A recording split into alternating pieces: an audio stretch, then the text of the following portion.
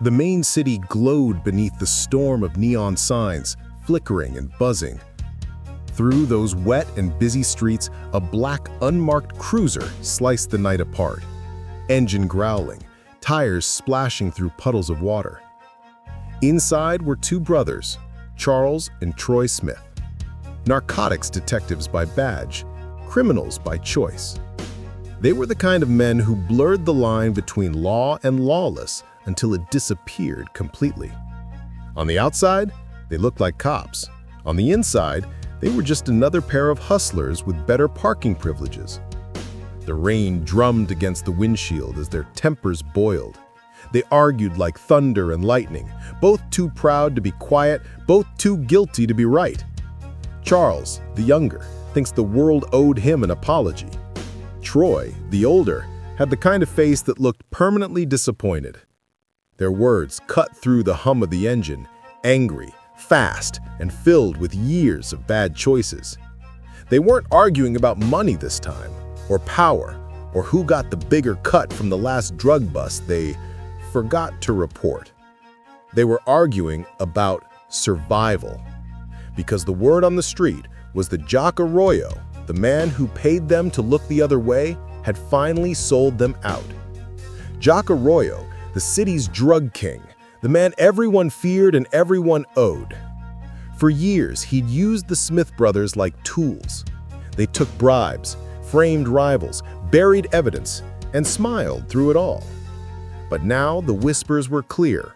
Arroyo had turned them into internal affairs, offering their heads to buy his own freedom. Charles couldn't believe it at first. He told himself Arroyo was too smart to burn his best protection. But Troy knew better. In their business, loyalty was a myth, a bedtime story criminals told themselves before the knife went in. As they sped through the streets, the brothers tried to outthink their fate.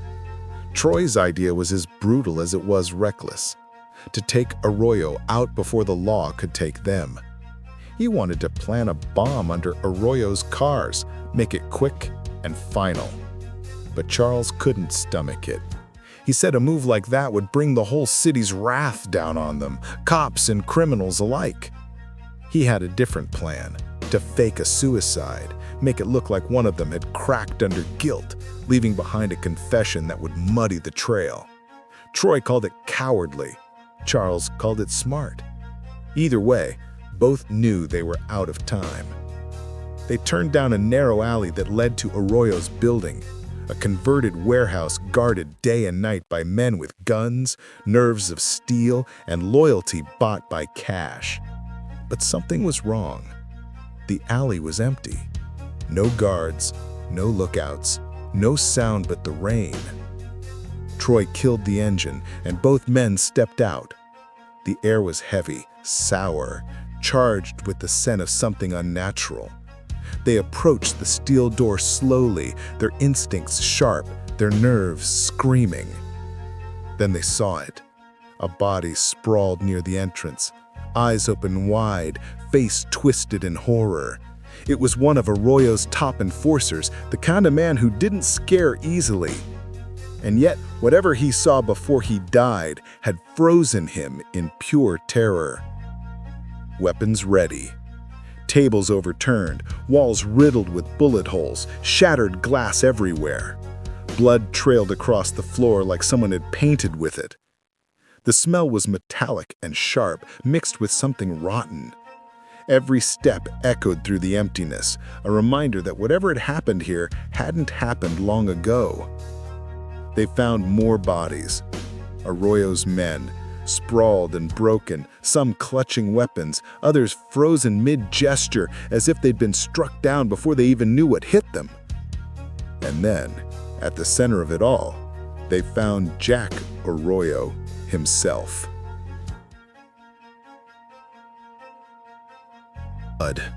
The mighty had fallen, and the silence around his corpse was deafening.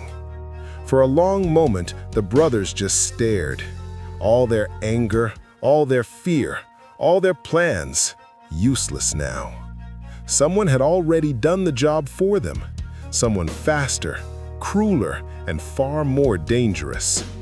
Troy muttered a curse under his breath, half in disbelief, half in awe. Charles couldn't stop looking at the body. Arroyo's hand was clutching something, a small blackened medallion covered in strange, ancient-looking symbols. Charles thought it was just another one of Arroyo's voodoo charms. The drug lord had been famous for that, mixing business with black magic, surrounding himself with talismans and rituals to keep his enemies afraid. Troy used to joke that Arroyo didn't just sell drugs, he sold fear too. But in that moment, neither man was laughing. They both knew what came next. When a king falls, his riches are up for grabs, and they weren't leaving empty-handed. They tore through the office, searching for anything of value. Years of corruption had trained them for this, fast, efficient, greedy. Behind a framed portrait of Arroyo, they found a hidden vault. Inside, stacks of cash gleamed like treasure under flickering fluorescent lights. There were passports, diamonds, ledgers, and that strange medallion sitting in a small, locked suitcase. They didn't care what it was. Cash first, questions later. As they packed the bags, the building suddenly went silent, too silent, the kind of silence that hums in your bones. The lights flickered once, twice, then dimmed. A cold wind moved through the hallway, even though every door was closed. The air smelled of decay. And then they felt it, a presence, heavy and dark, watching them. Charles froze. Troy's hand went to his gun, but even he hesitated. Something was moving in the corner of the room, shifting in the shadows. At first, it looked like smoke. Then it began to take shape, tall, crooked, with skin the color of rot and eyes that burned with sickly green fire. Whatever it wasn't human. It reeked of old death and power, something primal and hateful. The brothers didn't speak. They couldn't. The thing stood there, staring at them, as if judging whether they were worth the effort. Then it made a sound, a deep, guttural growl that crawled inside their skulls. The air thickened, and the creature began to twist and morph, its bones cracking, its body expanding until it became something even more horrific, a monstrous, winged shape that filled the room.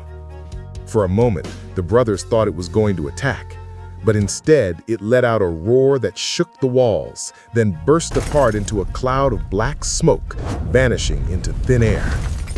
Silence returned. Troy was the first to move, snatching the bags of money and shouting for them to go. Charles didn't need convincing. They ran through the corridors, past the dead man, past the blood, past everything they didn't want to understand. Outside, the rain hadn't stopped. The city still looked the same, wet, cold, indifferent.